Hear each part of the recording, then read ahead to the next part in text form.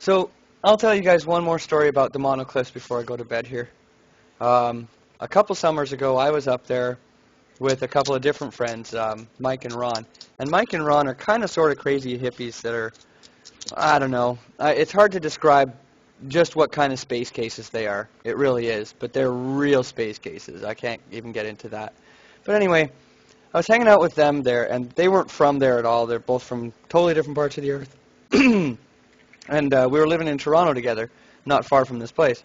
So I managed to rustle up a whole bunch of mushrooms one day, and we decided, okay, we're going to go up to the Mono Cliffs. And I drove us up there and took these guys out to one specific spot out in the middle of the Mono Cliffs. There's one spot where you go up to the edge of the cliff, and there's about a 1 meter gap that's like an 80-foot drop to jagged rock. There's about a 1 meter gap out to this great big other rock that's hanging out away from the cliff. You know, it's a separate rock, but it's like level with it. It's perfect to jump across. So you jump across, you go out, and suddenly you go from trees everywhere to the point where you can't see through because they're cedar. You jump out onto this rock, and suddenly you can see for miles over all the cliffs, green in all directions. You look up one way, and it's all farmers' fields. It's just gorgeous. So we call this spot Indian Head. And there's even like a book up there now where people who go to Indian Head can sign the book to prove they've been there, kind of thing, right? I'm gaining more viewers. That's awesome. Yeah, so I took them up to this place, and we made all this great tea, and we're sitting around drinking our, hey, Hank the Tank. I'm just sitting here telling stories before I go to bed, man. I'm going to be playing again tomorrow, but if you want to hit that follow button, I'll be doing the giveaway in the next few days. Anyways, back to my story. So we drank all this mushroom tea and went up to Indian Head, and it just started hitting us on Indian Head, and my space case friends were just sitting there in the sun, like, basking in the amazingness of the spot. And they would not leave. I was like, come on, guys, there's so much more around here. You guys see the bat cave and the staircase and all this crazy stuff. And they're like, no, we're just going to sit here. Okay, fine. So I took off, and I had my bongo drum with me, and I think I had some music on my phone or something. Oh, thanks, Hank. You did hit that follow button. That's great. So, so I'm sitting up there by this bat cave that's not far away from... Do you want to turn off that? I'm hearing my voice come back at me. It's starting to make me freak out a bit. Shrooms. I don't know if one of the people in my... Nope. You're off. Oh, it's not me. Well, I don't know. It could be me. Yeah, it could be you. You're off on mine. Hello. There you go. Okay. Back to my story. So I'm not far away from... Oh, it's still there. I'm not far away from that Indian Head place, and what's it called? There's a whole nother little cliff like that was just really small, just big enough for one person to sit out. So I'm sitting out there on this little cliff with my bongo drum and playing along with some Tool or something, and I keep hearing this buzzing sound in my ear. I'm like, what the hell? I'm like, waving my hand around in my ear, thinking there's like a bee that keeps coming around bugging me.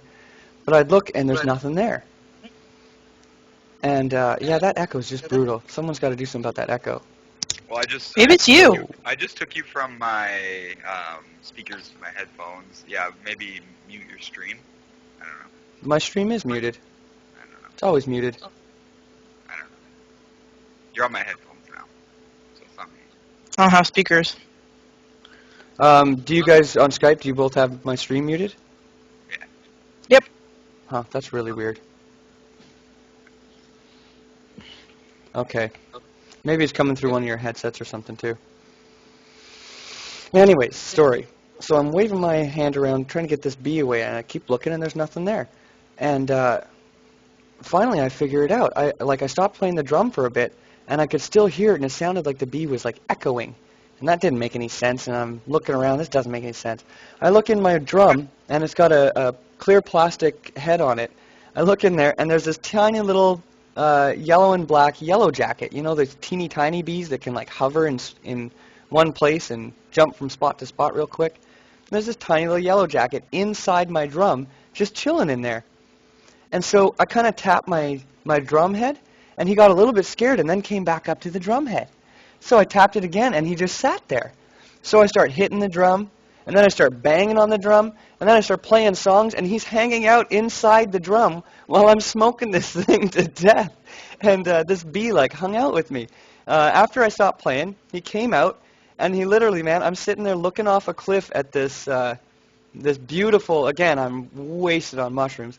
I'm looking out at these beautiful clouds that are forming like, you know, right in front of me really, really fast under the hot sun, and I can see the fractals and all these beautiful clouds, these teeny, you know, broken little triangles of color shimmering in the clouds as I'm looking.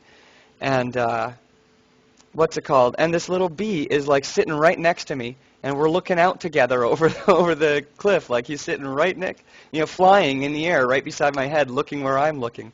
It was really cool. And then the coup de grace of the day, beside the spot I'm sitting, it's kind of hard to explain, but there was a little spot of cliff. Oh, it had gone away, and now it's back. What happened? Dope. Anyways, okay, it's gone again.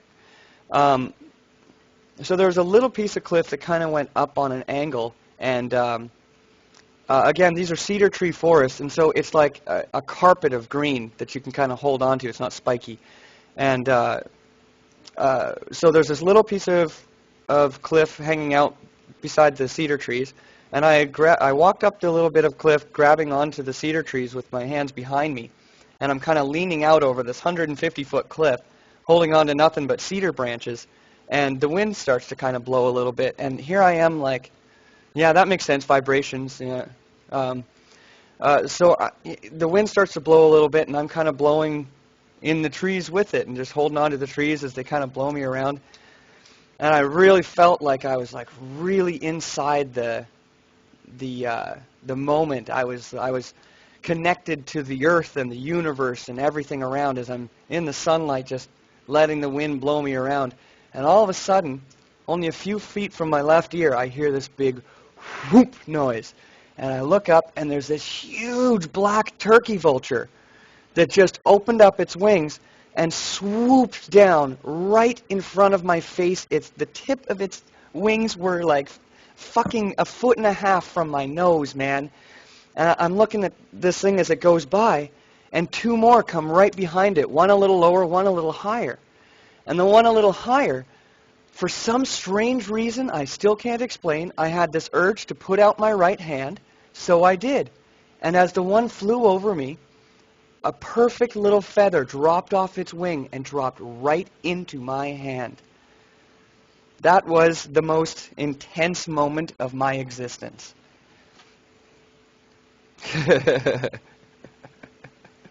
I think the moral of the story is that you get along with crazy wild animals. That's my crazy story. That's my best magic mushroom story, that's for sure.